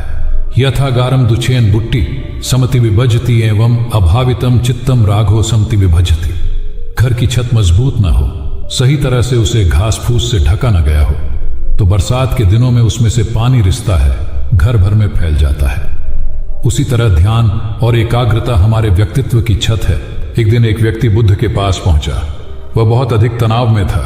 अनेक प्रश्न उसके दिमाग में घूम घूम कर उसे परेशान कर रहे थे, जैसे आत्मा क्या है, आदमी मृत्यु के बाद कहां जाता है, सृष्टि का निर्माता कौन है, स्वर्ग नरक की अवधारणा कहां तक सच है और ईश्वर है या नहीं। उसे इन प्रश्नों के उत्तर नहीं मिल रहे थे। जब वह बुद्ध के पास पहुंचा तो उसने देखा कि बुद्ध को कई लोग घेर कर बैठे हैं। बुद्ध उन सभी के प्रश्नों व जिज्ञासाओं का समाधान अत्यंत सहज भाव से कर रहे हैं। काफी देर तक यह क्रम चलता रहा, किंतु बुद्ध धैर्यपूर्वक हर एक को संतुष्ट करते रहे। बेचारा व्यक्ति वहां का हाल देखकर परेशान हो गया। उसने सोचा कि इन्हें दुनियादारी के मामलों में पड़ने से क्या लाभ, अपना भगवत भजन करें और बुनियादी समस्याओं से ग्रस्त इन लोगों को भगाए। किंतु बुद्ध का व्यवहार देखकर तो ऐसा लग रहा था मानो इन लोगों का दुख उनका अपना दुख है। आखिर उस व्यक्ति ने पूछ ही लिया, महाराज आपको इन सांसारिक बातों से क्या लेना देना? बुद्ध बोले, मैं ज्ञानी नहीं हूं और इंसान हूं। वैसे भी वह ज्ञान किस काम का जो इतना घमंडी और आत्म केंद्रित हो कि अपने अतिरिक्त दूसरे की चिंता ही न कर सके।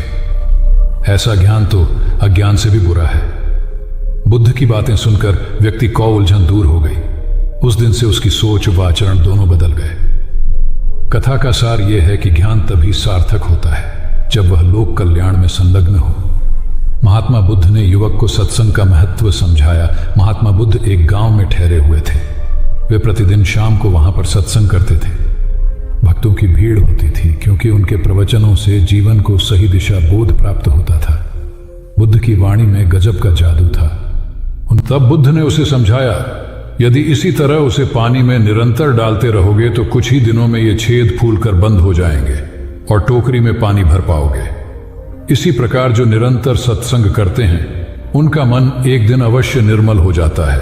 अवगुणों के छिद्र भरने लगते हैं और गुणों का जल भरने लगता है। युवक ने बुद्ध से अपनी समस्या का समाधान पा लिया। निरंतर सत्संग से दुर्जन भी सज्जन हो जाते हैं क्योंकि महापुरुषों की पवित्र वाणी उनके मानसिक विकारों को दूर कर उनमें सद्विचारों का आलोक प्रसारित कर देती है। एक आदमी को बुद्ध ने सुझाव दिया कि दूर से पानी लाते हो, क्यों नहीं अपने घर के पास एक कुआं खोद लेते? हमेशा के लिए पानी की समस्या से छुटकारा मिल जाएगा। सलाह मानकर उस आदमी ने कुआं खोदना शुरू किया, लेकिन 7-8 फीट खोदने के बाद उसे पानी तो क्या, गीली मिट्टी का भी चिन्ह नहीं मिला। उसने वह जगह छोड़कर दूसरी जगह खुदाई शुरू की, लेकिन 10 फीट खोदने के बाद भी उसमें पानी नहीं निकला। उसने फिर तीसरी जगह कुआं खोदना शुरू किया, लेकिन यहां भी उसे निराशा ही हाथ लगी। इस क्रम में उसने 8-10 फीट के 10 कुएं खोद डाले, लेकिन पानी कहीं नहीं मिला। वह निराश होकर बुद्ध के पास गया। उसने बुद्ध को बताया कि मैंने 10 कुएं खोद डाले, मगर पानी एक में भी नहीं निकला। बुद्ध को आश्चर्य हुआ। वे स्वयं चलकर उस स्थान पर आए जहां उसने 10 गड्ढे खोदे हुए थे। बुद्ध ने उन गड्ढों की गहराई देखी और सारा माजरा समझ गए।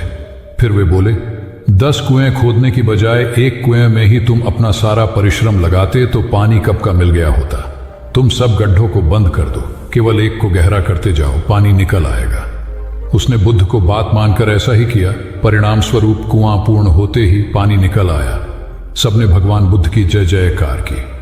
धन्ना सेठ के पास 7 पुश्तों के पालन पोषण जितना धन था।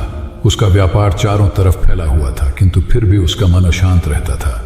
कभी धन की सुरक्षा की चिंता, तो कभी व्यापारिक प्रतिस्पर्धा में आगे निकलने का तनाव। चिंता और तनाव के कारण वह अस्वस्थ रहने लगा। उसके मित्र ने उसकी गिरती दशा देखी तो उसे बुद्ध के पास जाने की सलाह दी। सेठ बुद्ध के पास पहुंचा और अपनी समस्या बताई। बुद्ध ने उसे सांत्वना देते हुए कहा, तुम घबराओ मत, तुम्हारा कष्ट अवश्य दूर होगा। बस तुम यहां कुछ दिन रहकर प्रभु का ध्यान किया करो। बुद्ध के कहे अनुसार सेठ ने रोज ध्यान करना शुरू कर दिया, किंतु सेठ का मन ध्यान में नहीं लगा। वह जैसे ही ध्यान करने बैठता, उसका मन फिर अपनी दुनिया में चला जाता। उसने बुद्ध को यह बात बताई, किंतु बुद्ध ने कोई उपाय नहीं बताया। थोड़ी देर बाद जब सेठ बुद्ध के साथ वन में सायंकालीन भ्रमण कर रहा था, तो उसके पैर में एक कांटा चुभ गया। वह दर्द के मारे कराहने लगा। बुद्ध ने कहा, बेहतर होगा कि तुम जी कड़ाकर कांटे को निकाल दो, तब इस दर्द से मुक्ति मिल जाएगी। सेठ ने मन कड़ाकर कांटा निकाल दिया। उसे चैन मिल गया। तब बुद्ध ने उसे समझाया, ऐसे ही लोभ, मोह, क्रोध, घमंड व द्वेष के कांटे तुम्हारे मन में गड़े हैं। जब तक अपने मन की संकल्प शक्ति से उन्हें नहीं निकालोगे, अशांत ही रहोगे। सेठ का अज्ञान बुद्ध के इन शब्दों से दूर हो गया और उसने निर्मल हृदय की राह पकड़ ली। अपनी कुप्रवृत्तियों से मुक्ति के लिए संकल्पबद्धता अनिवार्य है। जब तक व्यक्ति दृढ़ निश्चय न कर ले, वह अपनी गलत आदतों से मुक्त नहीं हो सकता।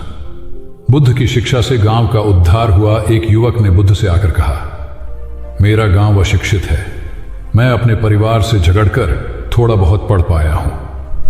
आगे और पढ़ना चाहता हूं, किंतु सभी रोक रहे हैं। घर के लोग सोचते हैं कि खेती में खूब पैसा है और उसके लिए किसी शिक्षा की आवश्यकता नहीं है। यही सोच गांव वालों की भी है। कृपया आप मेरे गांव चलकर वहां शिक्षा का प्रसार करवाइए। बुद्ध युवक की बात मानकर गांव आ गए। धर्मभीरू ग्रामीणों ने बुद्ध का सत्कार किया और रोज उनके प्रवचन सुनने आने लगे। बुद्ध जब भी शिक्षा का महत्व बताते, ग्रामीण विरोधी मत रखते। एक दिन एक महिला अपने 5 साल के बच्चे के लिए पूछने लगी कि उसे किस उम्र से शिक्षा दिलवाए। तब बुद्ध ने समझाया कि तुम्हें तो 5 वर्ष पूर्व उसकी शिक्षा शुरू कर देनी थी। उसे क्या खाना है, क्या नहीं, कैसे क्या बोलना है आदि बातें शुरू से सिखाओगी, तभी तो वह अपना उचित ख्याल रख सकेगा। बुद्ध की यह बात महिला सहित सभी ग्रामीणों को समझ में आ गई। उन्होंने अपने बच्चों को विद्यालय भेजना शुरू किया। यह समय वर्षा का था। युवक ने लोगों को जल संग्रहण की तकनीक बताई। अधिकांश ने उपहास किया, किंतु युवक अपना काम करता रहा। बुद्ध का सहयोग प्राप्त था, इसलिए किसी ने उसका खुलकर विरोध नहीं किया। जब गर्मी में भीषण जल संकट के कारण फसलें सूखने लगीं, तो युवक ने कुएं खुदवाए, जिनमें जल संग्रहण की तकनीक के कारण खूब पानी निकला। ग्रामीण अब शिक्षा का महत्व समझ चुके थे। धीरे धीरे संपूर्ण गांव शिक्षित हो गया।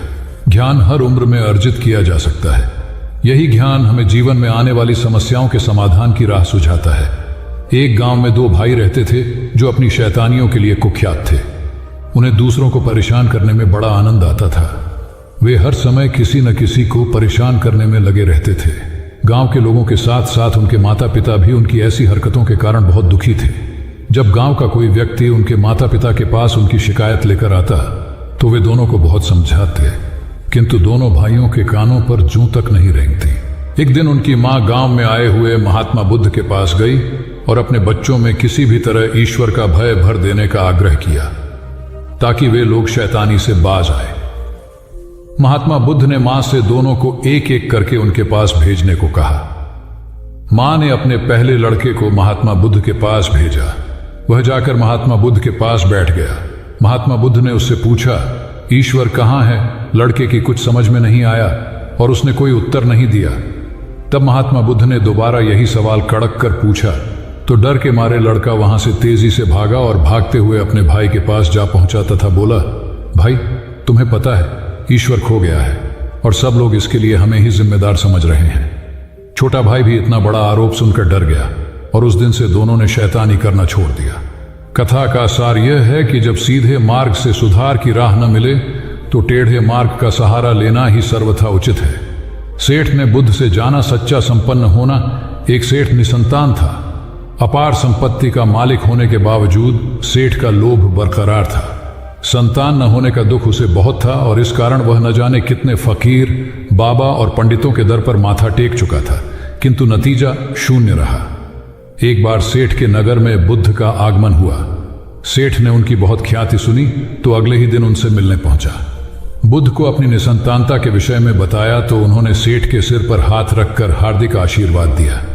संयोग की बात कि कुछ ही समय बाद सेठ को संतान सुख प्राप्त हो गया। वह बुद्ध के प्रति आभार भाव से भर उठा। सोचने लगा कि बुद्ध के प्रति उपकार कैसे जताए। विचार करने के उपरांत उसने एक बक्से में बेशकीमती हीरे जवाहरात रखे और बुद्ध के पास पहुंचा।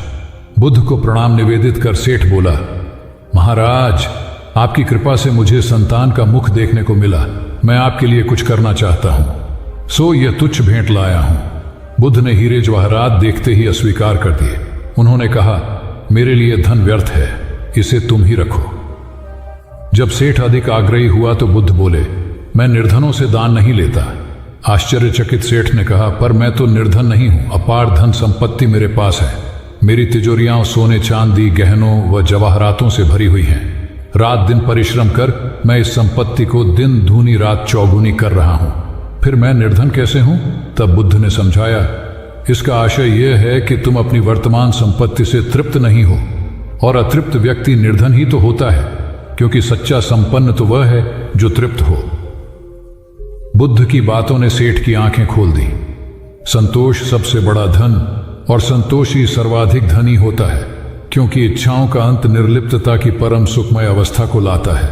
एक बार गौतम बुद्ध से अभय राजकुमार ने प्रश्न किया कि क्या श्रमण गौतम कभी कठोर वचन कहते हैं। उसने सोच रखा था कि नहीं कहने पर वह बताएगा कि एक बार उन्होंने देवदत्त को नरकगामी कहा था, और यदि हां कहे तो उसने पूछा, जा सकता है कि जब आप कठोर शब्दों का प्रयोग करने से स्वयं को रोक नहीं पाते, तब दूसरों को ऐसा उपदेश कैसे देते हैं। बुद्ध ने अभय के प्रश्न का आशय जान लिया। उन्होंने कहा, इसका उत्तर न तो हां में दिया जा सकता है और न नहीं में। अभय की गोद में उस समय एक छोटा बालक था। उसकी ओर इशारा करते हुए बुद्ध ने पूछा, राजकुमार, यदि दाई के अनजाने में यह बालक अपने मुख में काठ का टुकड़ा डाल ले, तब तुम क्या करोगे। मैं उसे निकालने का प्रयास करूंगा। यदि वह आसानी से न निकल सकता हो तो बाएं हाथ से उसका सिर पकड़कर दाहिने हाथ की उंगली को टेढ़ा करके उसे निकालूंगा। यदि खून निकलने लगे तो भी मेरा यही प्रयास रहेगा कि वह काठ का टुकड़ा किसी न किसी तरह बाहर निकल आए। ऐसा क्यों? इसलिए कि भंते इसके प्रति मेरे मन में अनुकंपा है। राजकुमार, ठीक इसी तरह तथागत जिस वचन के बारे में जानते हैं कि यह मिथ्या या अनर्थकारी है और उससे दूसरों के हृदय को ठेस पहुंचती है, तब उसका वे कभी उच्चारण नहीं करते। पर इसी तरह जो वचन उन्हें सत्य और हितकारी प्रतीत होते हैं तथा दूसरों को प्रिय लगते हैं, उनका वे सदैव उच्चारण करते हैं। इसका कारण यही है कि तथागत के मन में सभी प्राणियों के प्रति अनुकंपा है। भगवान बुद्ध देव और मनुष्यों के शास्त्र थे, परंतु सबसे पहले वह मनुष्य थे। मनुष्य बढ़कर देवता बनता है, यह प्राचीन मान्यता थी।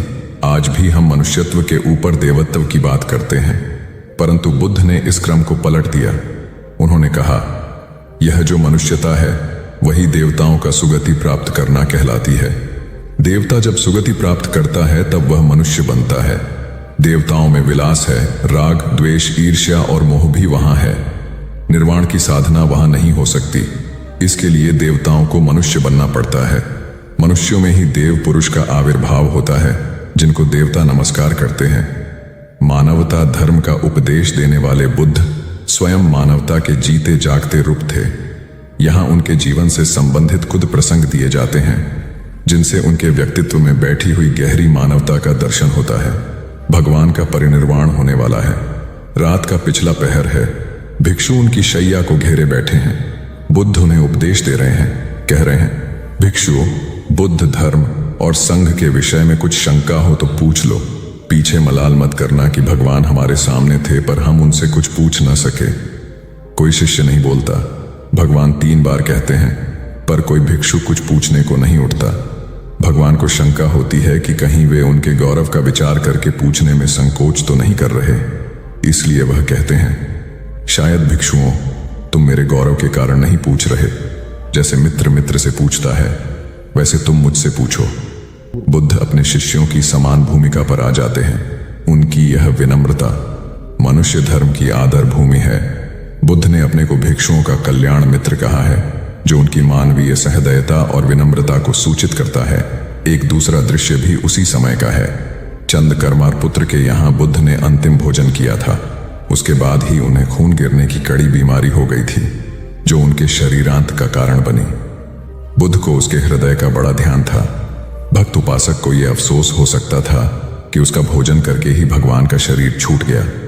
इसलिए आखिरी सांस लेने से पहले उन्होंने आनंद को आदेश दिया, आनंद, चंद कर्मार पुत्र की इस चिंता को दूर करना और कहना, आयुष्मान तूने बद्धा लाभ कमाया कि मेरे भोजन को करके तथागत परिनिर्वाण को प्राप्त हुए। जिसके हृदय में अगाध करुणा थी वह ऐसा क्यों न कहता। उसने अपने पति के द्वारा बुद्ध के चरणों में प्रणाम अर्पित करवाया। भगवान ने उसे आशीर्वाद देते हुए कहा, कोल्य पुत्री सुप्रवास, सुखी हो जाए, चंगी हो जाए। सुखी और चंगी होकर बिना किसी कष्ट के वह पुत्र प्रसव करे। ब्राह्मणों के साथ भी उनकी पूरी सहानुभूति थी, जैसे कि विश्व के सभी प्राणियों के साथ उनकी पूरी सहानुभूति थी। बावरी नामक ब्राह्मण के एक शिष्य ने जब अपने गुरु की ओर से भगवान के चरणों में प्रणाम निवेदन किया तो भगवान ने आशीर्वाद देते हुए कहा, शिष्यों सहित बावरी ब्राह्मण सुखी हो। माणवक, तुम भी सुखी हो, चिरजीवी हो। बुद्ध के पास छोटा बड़ा जो भी जाता था वह उससे कहते थे, आओ तुम्हारा स्वागत है। भगवान अपनी अंतिम यात्रा में पावा और कुशीनारा के बीच जा रहे थे। रास्ते में उन्हें पुक्कुस मल्लपुत्र नामक व्यापारी मिला। उसने उन्हें एक दुशाला भेंट किया, परंतु भगवान उसे अकेले कैसे आड़ते। वह अपने शिष्य आनंद को सम्मानित करना चाहते थे। उन्होंने कहा, पुक्कुस, दुशाले के एक भाग को मुझे ओढ़ा दे, दूसरे को आनंद को। पुक्कुस ने ऐसा ही किया। भूल करने वालों के प्रति भी बुद्ध की अनुकंपा का पार न था।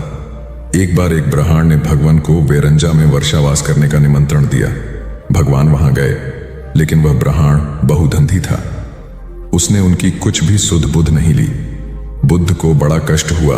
उन्हें 3 महीने तक कुटा हुआ जौ रोज खाना पड़ रहा, क्योंकि उस समय वेरंजा में अकाल पड़ रहा था और वह भी उनको और उनके शिष्यों को घोड़ों के व्यापारियों से मिलता था।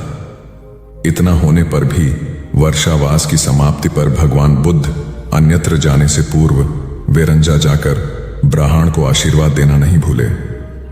भगवान बुद्ध के जीवन में ऐसी अनंत घटनाएं मिलती हैं। उनमें हमें उनकी मानवता के दर्शन होते हैं। उनके जीवन में कोमलता की पराकाष्ठा थी और उनकी वाणी में अपर्वु माधुर्य था, जो सबको अपनी ओर खींचता था। उनके मुंह से क्रोध भरा शब्द कभी नहीं निकलता था। वह मनुष्य थे, परंतु मनुष्य की दुर्बलताओं से ऊपर उठ चुके थे। उनके व्यक्तित्व में मानवता की शुभ ज्योत्सना धर्म की स्थिति बनकर एक राजा ने अपने पुरुषार्थ से राज्य को समृद्ध बना दिया था। राज्य में रण बड़ी सुखी थी, क्योंकि वह प्रत्येक वर्ग के हितों को ध्यान में रखकर काम करता था। जब राजा वृद्ध हुआ तो उसे योग्य उत्तराधिकारी को चिंता सताने लगी, क्योंकि उसे लगता कि योग्य उत्तराधिकारी के बिना सुव्यवस्था अव्यवस्था में बदल जाएगी और प्रजा की परेशानी बढ़ जाएगी। हालांकि राजा का एक बेटा था, किंतु वह अत्यधिक आलसी और कर्महीन था। वह स्वयं को मालिक समझता और शेष सभी को अपना गुलाम। यह अहंकार उसके आचरण में सदैव झलकता था। राजा उसे सुधारने के उद्देश्य से बुद्ध के आश्रम में छोड़ आया। बुद्ध ने अगले ही दिन राजकुमार को आदेश दिया, वत्स, यहां से 5 कोस पर एक जंगल है। तुम वहां जाकर फूलों के कुछ पौधे ले आओ और उन्हें आश्रम के अहाते में लगा दो। यह सुनते ही राजकुमार को बड़ा क्रोध आया। क्योंकि उसने तो आदेश देना ही सीखा था। चूंकि उसके पिता ने बुद्ध को बात मानने को कहा था, इसलिए वह मन मारकर जंगल गया और फूलों के पौधे लाकर आश्रम में लगा दिए। राजकुमार ने उन्हें सींचा और जानवरों से बचाने के लिए उनकी रात दिन रखवाली की। कुछ महीनों में सारा आश्रम भांति भांति के सुंदर फूलों से खिल उठा। राजकुमार अपनी मेहनत का ऐसा फल देखकर बहुत प्रसन्न हुआ। बुद्ध ने उसे शाबाशी देते हुए समझाया, वत्स, याद रखो, जो सोता है उसका भाग्य भी सो जाता है, और जो चलता है उसका भाग्य निरंतर उसके साथ चलता है। अब राजकुमार कर्मठ बन चुका था। राजा को अपना योग्य उत्तराधिकारी मिल गया था। कर्म सफलता की कुंजी है, अतः सदैव कर्म